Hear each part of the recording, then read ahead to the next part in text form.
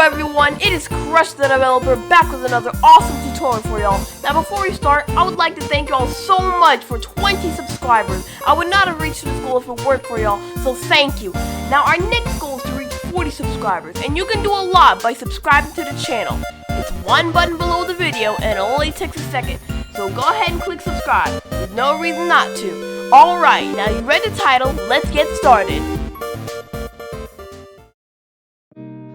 Alright guys, so the first thing you want to do is go to Start a Player and add a local script and start a character script. Now you're going to go ahead and type in local player equals game get service players dot local player. Now you're going to go ahead and type in local character equals local player dot character or local player dot character added colon wait. Now you're going to go ahead and type in local humanoid equals character colon wait for child humanoid.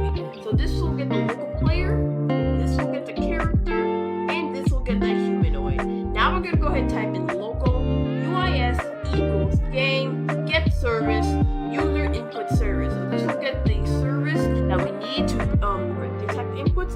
Now we're going to go ahead and type in UIS.input began colon connect function, and then right here you can type in anything you want. So in this case I'll type in key dift. So this will be the variable of the key you want to be pressed. Now you're going to go ahead and type in if key shift that keycode equals enum.keycode left shift or the key you want to be pressed.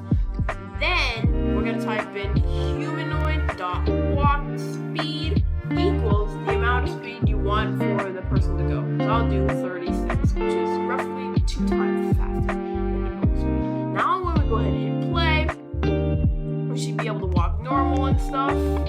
And then now we can go ahead and hold down the shift button and you go faster. Now when I let go of the shift button, I still stay at the same speed as going fast. And that's the problem. We don't want to do that. We want it to go back to normal speed after we let go of the shift button. So this function runs when we press the button. And if that button is the desired button to run, then we're going to make the humanoid walk speed more. Now what we're going to do is type in UIS.input ended colon connect function. This function will run when the person lets go of a key, and we'll do key shift again, and you can type in anything you like in here once again. Now, if that key code is the same as the key code you want for it to run, then we'll make the humanoid walk speed normal. So humanoid.walk speed equals 16, which is the normal walk speed.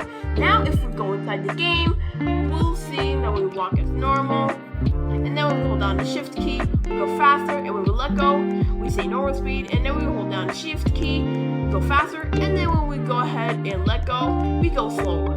So that's on how to create a shift to run system in Roblox Studio. I hope you all enjoyed the video. Be sure to like and subscribe to the channel with notifications on. Have a great day.